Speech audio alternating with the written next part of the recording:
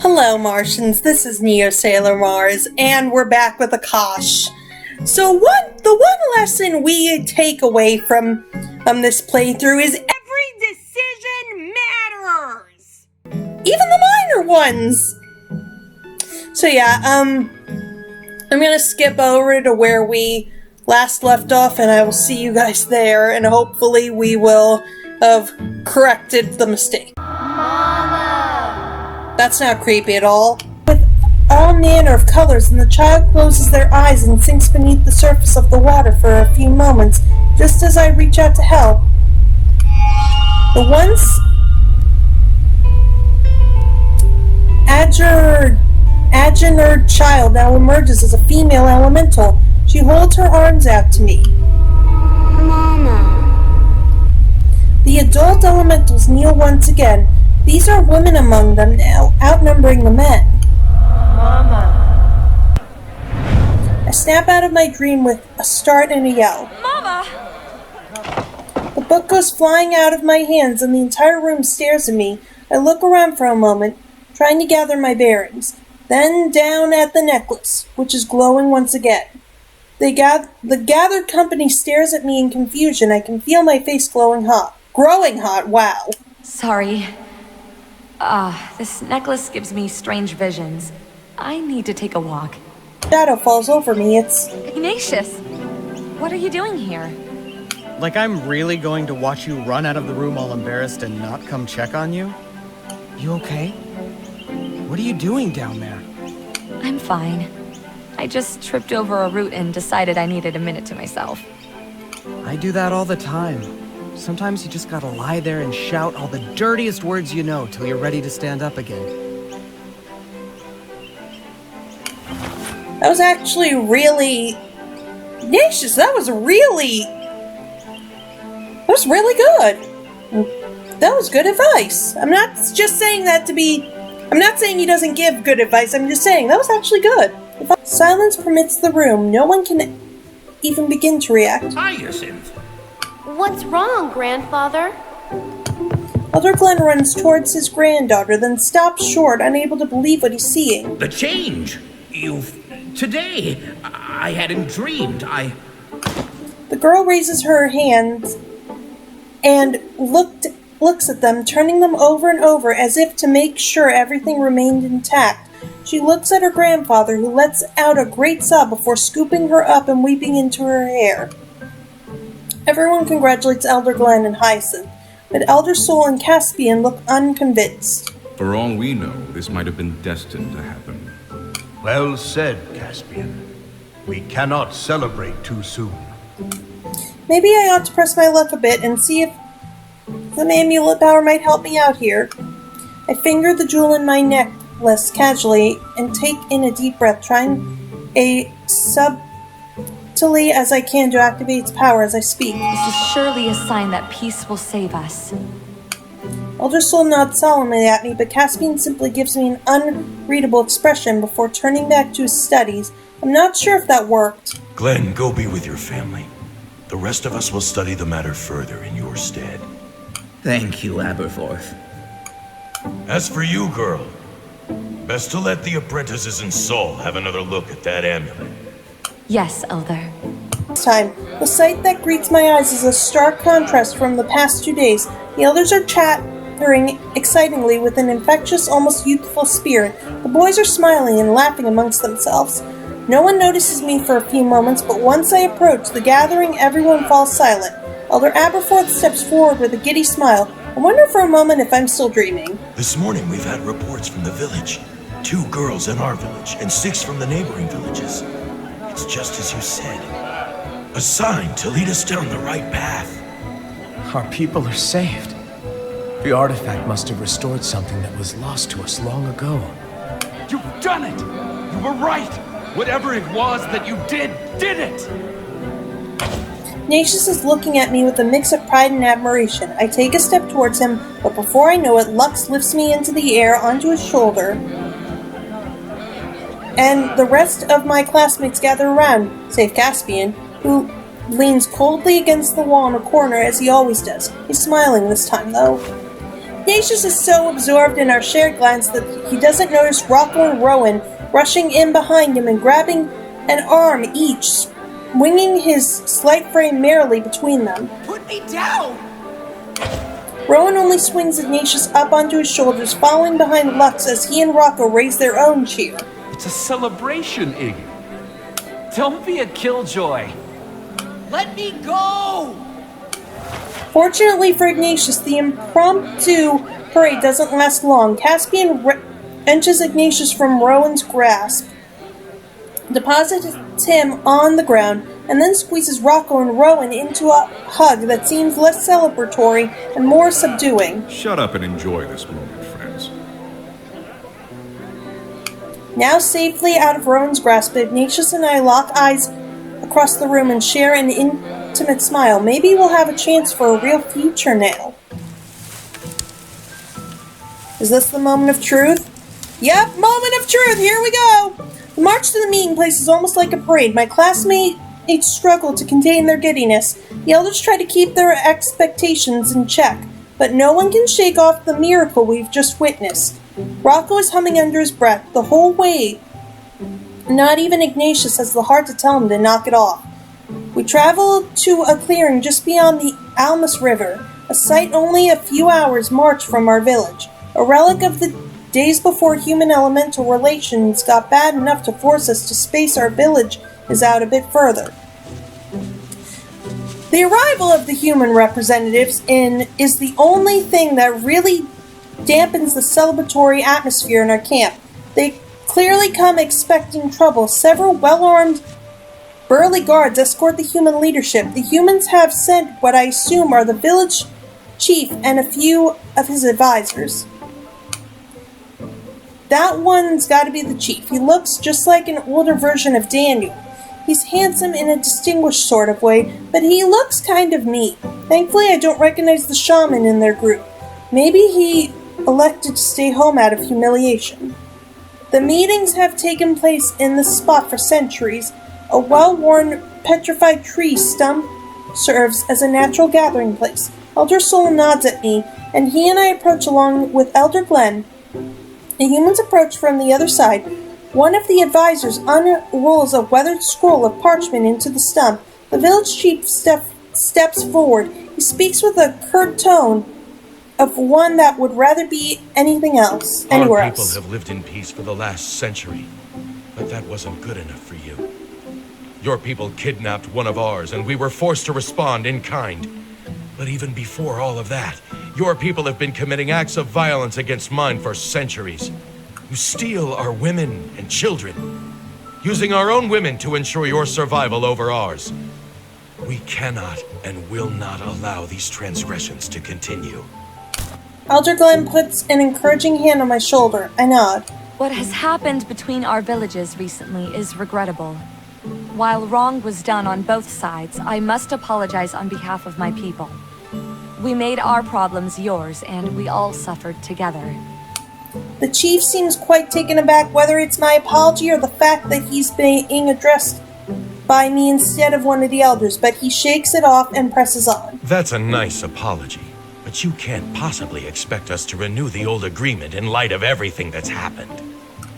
I will myself not to roll my eyes. So rude.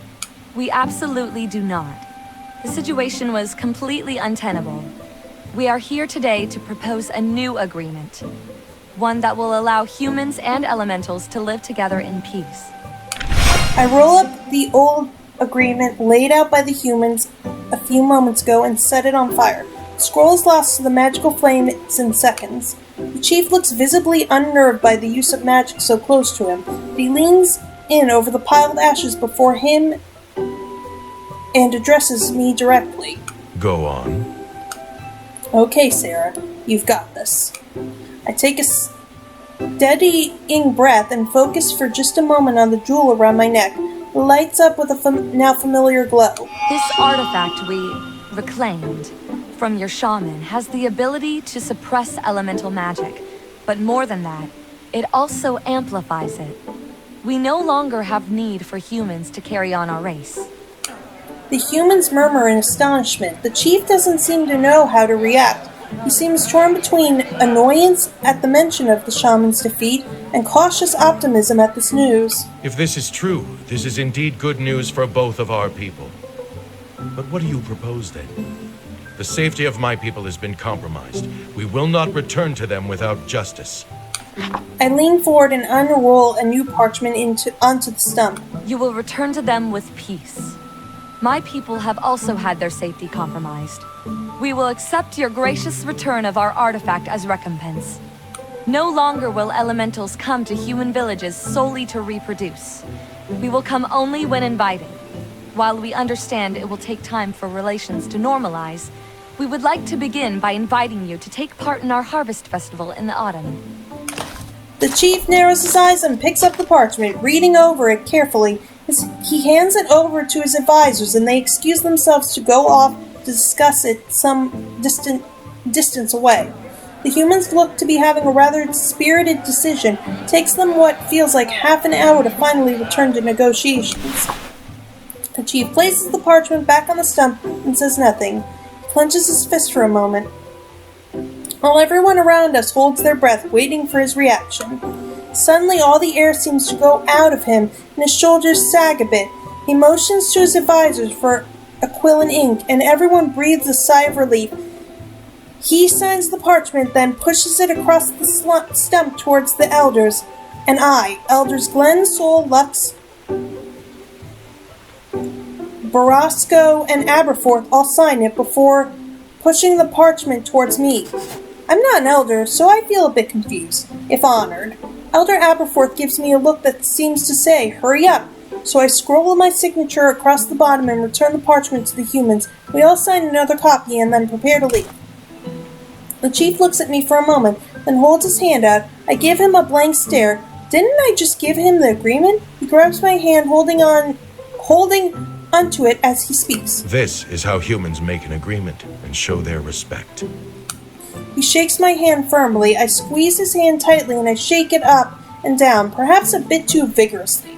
The chief snatches his hand back and gives me one last sideways glance before giving me a slight smile and a shake of his head. We watch as the humans march back into the woods, waiting until the sound of their clumsy footsteps disappear out of earshot. Someone cheers and suddenly we're all cheering and hugging and laughing again. Yes! This time Ignatius takes me in his arms and embraces me tenderly. Unfortunately, he does not seem to skip the notice of our group. What? When did this happen? Don't be a sore loser, darling. Besides, women love sensitive artists. It makes a kind of sense. Or at least it would if I wasn't in the picture. I must say I did not see this coming. But you have shown yourself to be a brave and honorable man, Ignatius. Your families should be proud. Congratulations, my friends. I couldn't be happier for you. Perhaps there will be a wedding along with our coming-of-age ceremony celebration. Wedding? I don't know what you're talking about. Oh, the day of the coming-of-age ceremony. I did not know this was coming up! I awake in the morning feeling refreshed and renewed. The necklace still refuses to come off, but now the dreams it gives me are always wonderful. The last few days have been a blur of celebrations and party planning. I wish I could say I spent them with my boyfriend, but since we've returned from peace talks, the coming-of-age ceremony celebration has turned into a massive inter-village week-long festival, and the elders have insisted that I be at the center of it all because of my role in making it happen.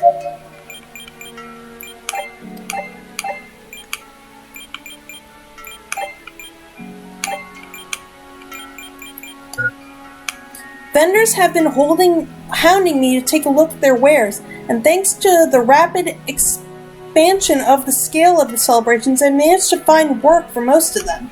News of their miracle with our girls has reached the other villages across the land, and hundreds of elementals have been showing up to make a pilgrimage to the goddess. Female children are popping up like spring flowers in the neighboring villages, and since the elders have promised the pilgrims that we will honor them and the new children, the pilgrims have remained to enjoy the festivities. Elementals do not fight amongst ourselves as often as humans do, but still I have never seen such unity and contentment between our villages.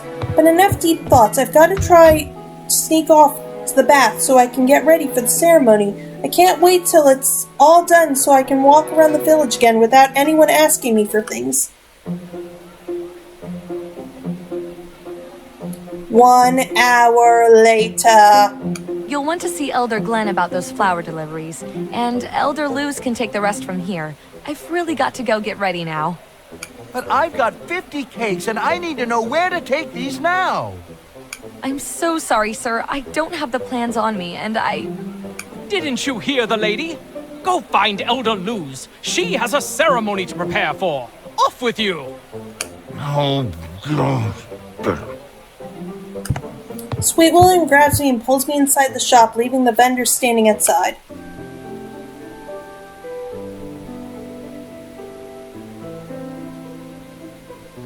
Thank you so much, Sweet William. I hate to leave them in the middle of their setup, but I really don't have much time left. Don't I know it, child? We've got to get you into your gown and jewels, fix your hair. He fusses to himself as he leads me over to a curtained area. Unlike my last visit, the shop is bustling with activity. Assistants scurry about with bolts of fabric, needles, and strange instruments I'm not familiar with. 2 of them help me into my dress. I've never worn a garment that needed other people to help me get into. I could get used to this, though. Are you finished back there? Yes, sir. Just a few finishing touches here and there. Boy, that dress is perfect and you know it! Just one thread here. How dare! And there we are. Out of my sight, you ungrateful thing! As if I would ever send out a creation that was less than perfect! Come now, Sweet William, let the boy live. He's just doing what you taught him. That dress is perfect and I won't hear otherwise! Stop your grumbling and help me with her hair. The assistants bustle about, bringing Zircon and Sweet William hairpins, brushes, and jewelry. Once my hair is finished, Zircon sets about putting the ceremonial armbands, bracelets, and necklace on me. The necklace is thankfully short enough that the artifact doesn't cover it up. This ancient necklace was not ideal, but it really completes the look, doesn't it? It does. Zircon and Sweet William take a moment to study me, both dabbing at their eyes in turn. Your finest work. My finest work. For goodness sake, can't you turn off that ego for one moment? All right, Zircon. Our finest work. Are you ready to have a look, my dear? Yes, please. Sweet William leads me over to a nearby curtain and pulls it aside with a flourish, revealing a full-length mirror. My reflection stuns me for a moment. Oh my god, that it looks amazing! My mind has been filled with so many things I'd forgotten about. My dress and the jewels, and now very soon, I'm starting the rest of my life as an adult. I had no idea that we'd be finishing up this route today, guys, but here we go.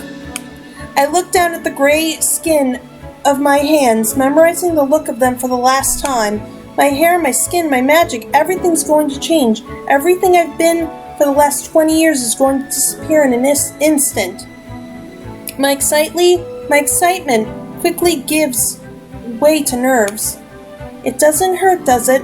No one ever really mentioned that part, but how would they know anyway? They're all men. Just as I'm starting to grow more and more anxious, Zircon and Sweet William lead me away from the mirror and out through the back door of the shop. An antique bridal palanquin sits just outside. Rowan and Lux are standing on either side. They give me a smile and a wave. What's this for? What are you two doing here? Sweet William asked us to help transport you to the shrine. So here we are. There's no way I'd miss being a part of your big day. You look absolutely stunning. I think Ignatius might actually faint when he sees you. Lucky guy. But this is for weddings, and I'm not getting married. We haven't had a coming-of-age ceremony like this since... Well, we've never had one on this scale before. We cannot rob the people of the ecstasy of your splendor by allowing them to glimpse you traipsing about in the dirt like some commoner. You may not be a bride today, but none of that matters. Where's your sense of drama? I don't know, it feels a bit self-important. My girl, you are a symbol of hope for our village. And today is a big day, not just for you, but for all those hundreds of pilgrims who will be watching and hoping and praying for this day to come for their own daughters. Now come, we're wasting time. Sounds like I don't have a choice. I guess it would be a long walk in this dress. Thank you, all of you. It's our great honor, my dear. He pulls the curtain aside and helps me into the palanquin. Are you settled in there? Yes, I think so. Leave it to us. The goddess shrine. The boys deposit the palanquin near the side door and Lux helps me climb out. Lux, I'm nervous. I've been like this my entire life. Everything's going to change in a few moments. Lux puts his hand on my shoulders and gives me a comforting smile. You'll still be the same wonderful person you've always been. So what if you look a little different? You'll be just as intelligent and capable and beautiful as you are now. And since you'll be settling into one element, you'll get to really dive into your magic. You'll find power you never knew you had. This is a wonderful thing. Oh, Lux, where would I be without you? You're the best. Lux envelops me in his muscled arms and I hug him tightly. He kisses the top of my head. Don't worry about what's to come. You have amazing things ahead of you. And if Ignatius doesn't treat you right, I'll snap him in half like a twig. Well, I'll be expecting you inside, and Rowan and I need to take our seats, shall we?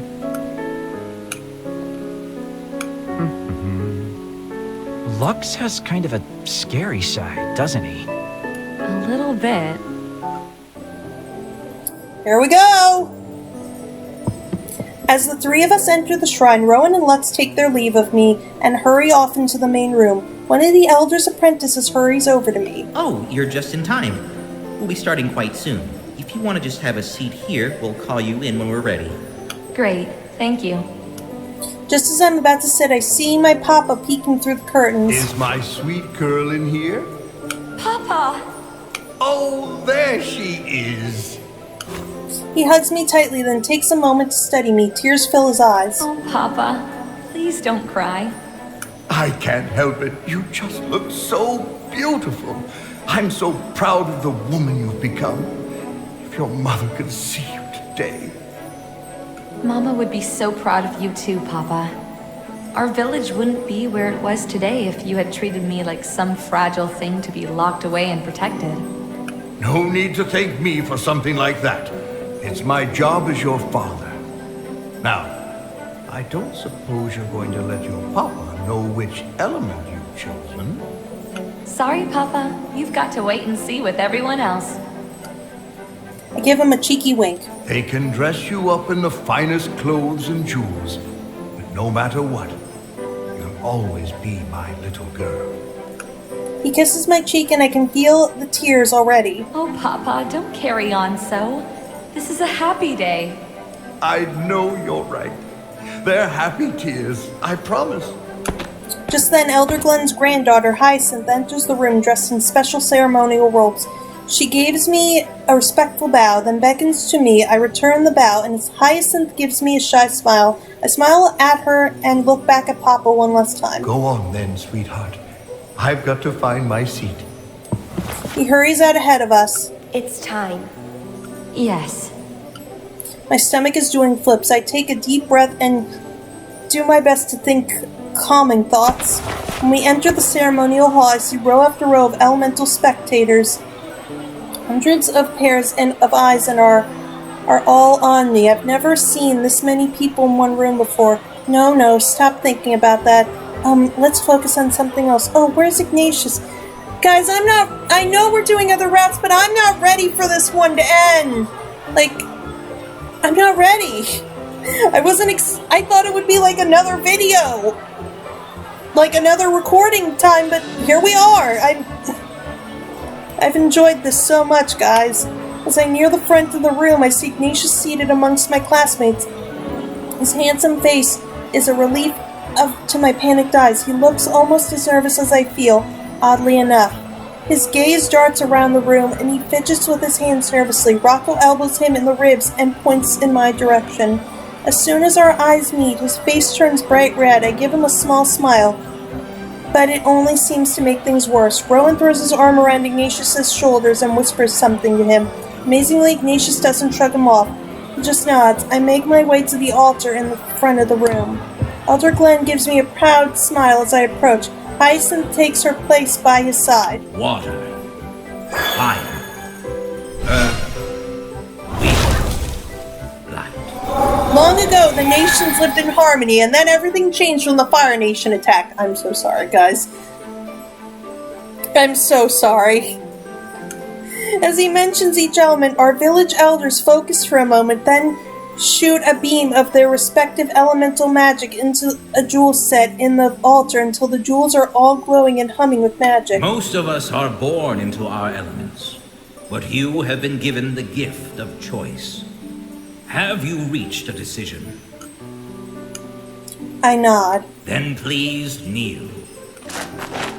I kneel before the altar on an ordainedly decorated ceremonial cushion. I put my hands together and bow my head in concentration. Elder Glenn begins to chant the words of the ceremonial old magical words that I can't quite understand. His incantations echo throughout the chamber and bounce through my skull. I shut my eyes tightly and try to empty my mind and everything but the elder's words. Face the hall. Fire. I'm a fire elemental now. As the hall erupts with the cheers of hundreds of elementals, Ignatius looks at me as if he and I are the only ones in the room. My stomach is doing flips again, but this time it's because of him. What do I say, guys? I know there's an after-credit scene, so we're going to be sitting here for a little bit. As I've said before, this game was really, really good. I enjoyed it so much. Like, you have no idea how much I enjoyed it. And here comes the cast with some of my favorite people! I just have to say, thank you Morgan Berry, Sun Woon Cho, Ray Chase, Andrew Love, Chris Patton, Brandon McInnes, Jason Wishnov, John Swayze, Blake Shepard, Jay Hickman, and just everyone in this cast. Did Ignatius just dab? Okay, anyway, but just thank you so much to the whole cast. I really enjoyed this game so much. It reignited my love for video games, because I wasn't sure how long I was gonna continue this. I was thinking I'd make this just a vlog channel, which now everyone knows. But it reignited my love of this video games and of just all this channel. So thank you to everyone in this cast. Thank you so much. I really enjoyed this. And to Akash Games, thank you so... John Swayze did the direction? And casting, huh? But seriously, again, thank you guys so much. I really reignited my love of video games again, so seriously, thank you guys.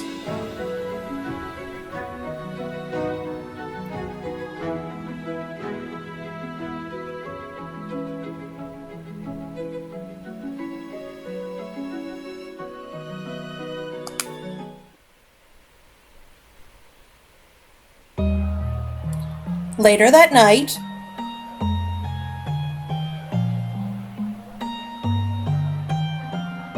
the party began the moment we left the shrine and shows no signs of stopping anytime soon.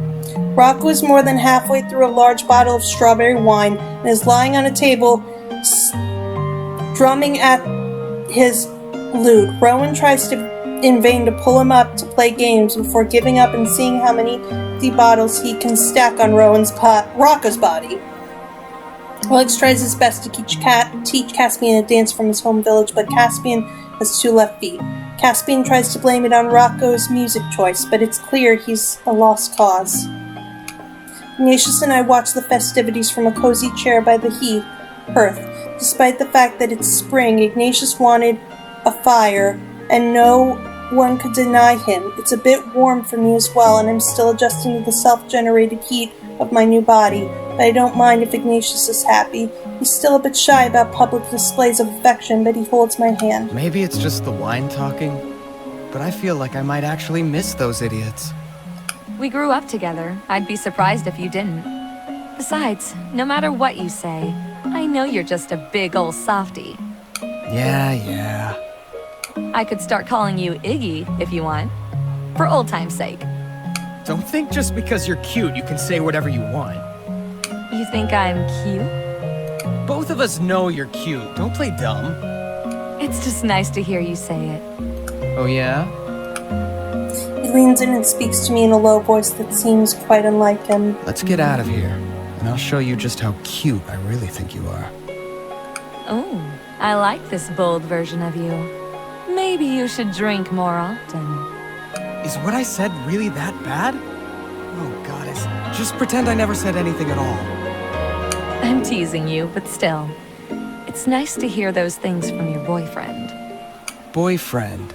Right. Takes a deep breath and stares at me for a moment. That title is kind of... I don't feel like that's enough for me. For us. I'm nuts about you, you know? I love you. Oh, Nate. I love you too. It's so good to hear you say that. Takes my hand in his and realization draws on me as he leans in to rest his forehead against mine. Wait a minute. Oh my goodness, is he? I've been doing a lot of thinking over the last few days. About us. I used to think all I ever wanted was a moment's peace. Just to be left alone. But now I know all I want is to spend every moment alone with you. Will you marry me? He said the thing! Yes! Yes, Ignatius! Seriously? He forgets himself for a moment and kisses me before drawing back in embarrassment. Sorry, that just kind of happened. Oh. He reaches into the sash of his waist and produces a small flat box. He opens it, revealing the headpiece and necklace we tried on at Zircon's earlier! Oh, it's the one we tried on before. It's so beautiful. Could I? Yes, please. I bow my head and he places the jeweled headpiece onto my hair. I can't believe this is actually happening. This is unreal. Don't forget yours, Nate. Oh, yeah. He leans forward and allows me to lower the necklace over his head. It looks so wonderful on you. I'm so happy, Nate. I can't wait to start the rest of our lives together. Me too.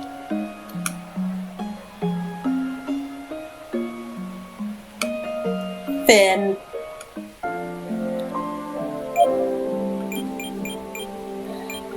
Guys, we're not done here. I'm not gonna do much of an outro because I really was considering making this strictly a vlog channel, but I went against that. And after playing this, you guys know I really, really liked it, reignited my love for the video games here. So, we're not done with this game. We've got a few more routes coming. So I hope you enjoyed this video. Make sure to like it if you enjoyed. Hit that subscribe button if you want to become a Martian. Hit that bell if you want to keep up with the newest videos. And remember to be strong, be confident, and be brave. And I'll see you guys next time.